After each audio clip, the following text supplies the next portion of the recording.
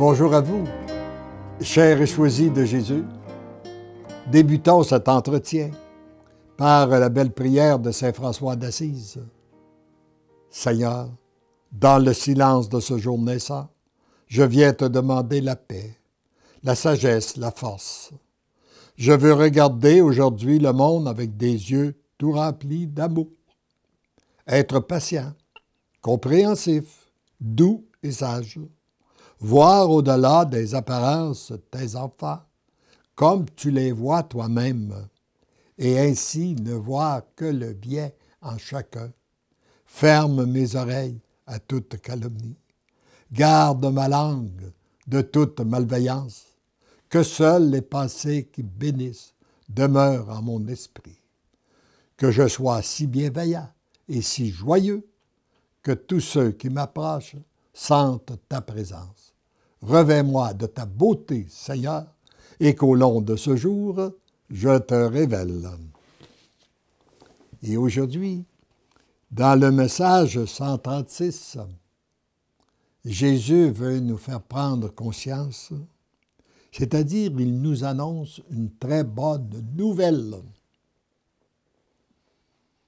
Trop souvent, lorsque nous sommes centrés sur les nouvelles qui nous viennent par les médias, différents médias d'information, il y a de nombreuses mauvaises nouvelles.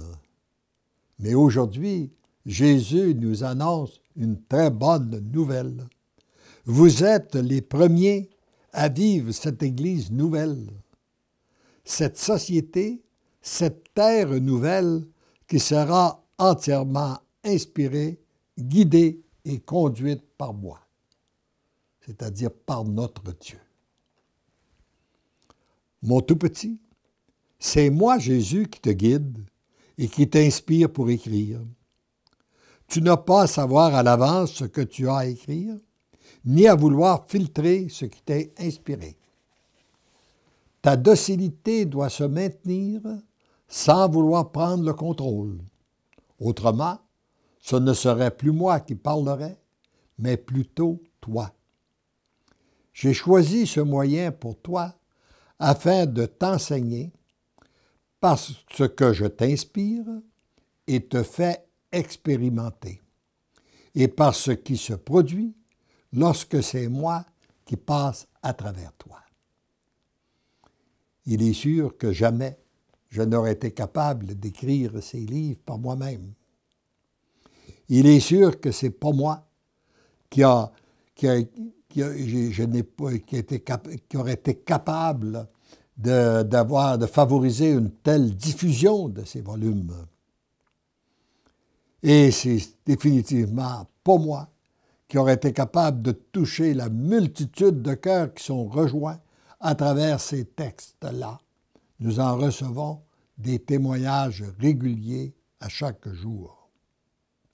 Avec ta permission et considérant les nombreux oui que tu m'as donnés et le besoin que j'ai de toi, tu es en période d'entraînement afin que très bientôt, ce ne soit plus toi qui vive en toi, mais bel et bien moi qui vive en toi. Ça, c'est l'objectif de Jésus, ce pourquoi il est venu sur la terre. Il veut vivre à l'intérieur de chacun de nous. Il prend, mais comme il ne s'impose jamais, il ne prend que l'espace qu'on veut bien lui donner. Et plus on lui donne nos oui, plus on lui donne de l'espace, eh bien plus il en prend et plus il peut vivre en nous.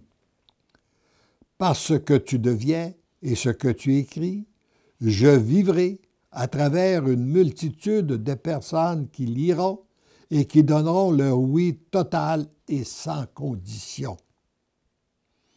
Et lorsque je relis ça, moi, ça résonne d'une toute autre façon dans mon cœur, parce que lorsque je l'ai écrit, je n'avais aucune idée de ce que le Seigneur allait faire.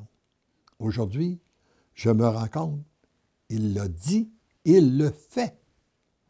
Il vit dans une multitude de personnes qui ont lu les livres. J'en reçois des témoignages réguliers. Vous êtes les premiers à vivre cette Église nouvelle, cette société, cette terre nouvelle qui sera entièrement inspirée, guidée et conduite par moi. Et c'est là que doit être notre espérance. Peu importe ce que fait l'adversaire, il est sur une fin de carrière.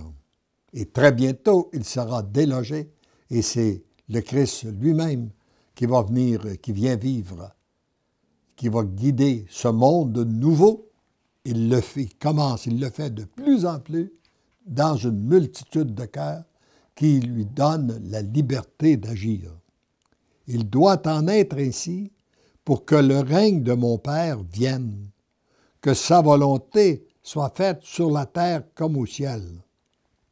Ça fait 2000 ans qu'on lui demande, qu'il y a des gens qui lui adressent cette prière. Eh bien, c'est pour très bientôt, et c'est déjà commencé pour tous les gens qui donnent leur oui total, inconditionnel et irrévocable à Dieu. Le Père vit en moi, et moi, je vis en vous. Ainsi se réalise ma prière, que je sois un avec eux, comme je suis un avec toi, Père. C'est une grâce extraordinaire que Jésus nous accorde, de pouvoir devenir un avec lui, comme il est un avec Dieu notre Père. Je vis déjà cette jubilation, comme je te permets de la vivre toi-même et qu'une multitude la vivra en lisant ces lignes. Et j'ai reçu des témoignages de gens qui ont vécu de très grandes souffrances. Mais ayant donné leur oui au Seigneur, ils m'ont dit, nous sommes dans la jubilation. Et il ajoute, nous sommes déjà dans cette Église, sur cette terre nouvelle, inspirée et guidée par une seule et unique chose, l'amour du Père. Heureux es-tu? Heureux et bienheureuse êtes-vous d'être les premiers à vivre cet amour. Vous devenez l'amour. Tu deviens l'amour. Je vous aime follement et follement je t'aime. Amen.